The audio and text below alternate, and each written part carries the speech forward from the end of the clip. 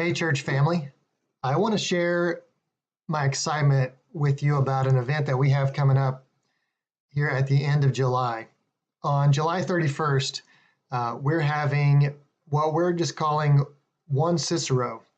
It is a single worship service on Sunday, July 31st at 10 a.m. Instead of having the two services that we normally have, an early and a late, a traditional and a contemporary, we're just going to do one service and pack everybody in the same room on that day. And I'm excited about this for a couple of different reasons. First of all, I think that the two services, especially having two different styles, it creates some distance between the two groups. And sometimes it almost feels like two different churches. You have a group of people that tend to always go to the first service and a group that tend to always go to the second service. And those groups don't really get to interact and mingle, and they don't get to see each other worship. And so there's a disconnect between those two groups. And it just so happens that one of the groups is an older generation and one is more of a younger generation. And so those generations are somewhat separated by the two services. And this is just a difficult thing. It's a tension that we've got to learn to manage, because it is so important for us as a church family to function with all the generations together. Now, I know that just having all the generations in one room on Sunday morning doesn't necessarily solve that challenge, and it's not the only way for us to be intergenerational. We need to be intergenerational in our groups, our classes, our micro churches, and the way that we serve and work together. I think generations working side by side is extremely valuable and powerful.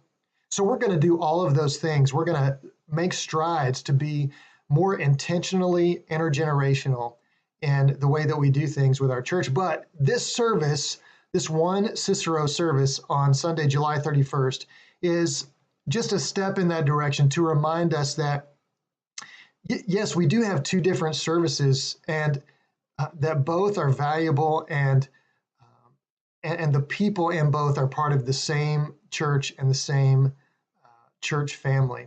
So, and that brings me to the other reason that I'm really excited about this opportunity. It's because we need reminders about our unity.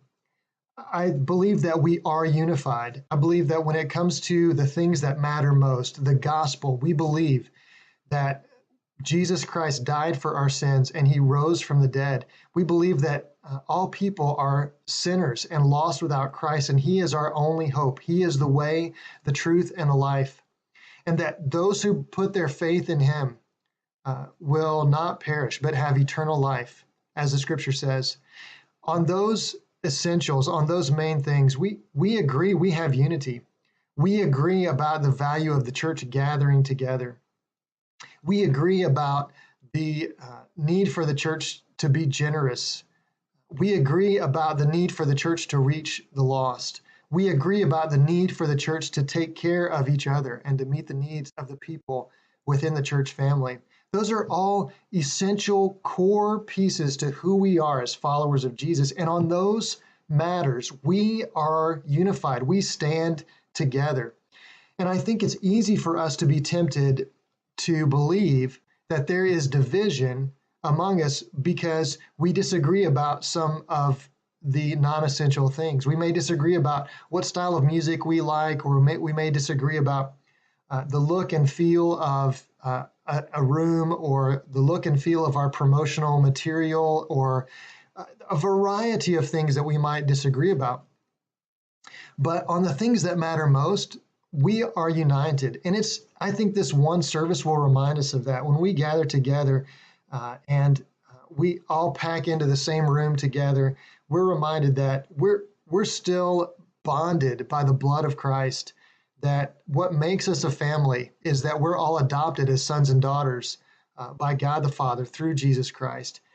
And any disagreements we have about trivial issues, that doesn't change that we are united and we stand together for the kingdom and for what God is trying to do through us for each other and in our community. So I'm super excited about July 31st. I hope that you will make your plans to attend. I hope that you'll make your plans to invite somebody else to attend, because I think this will be a great service for a guest to participate in and to see God at work among believers and his name glorified and the gospel preached.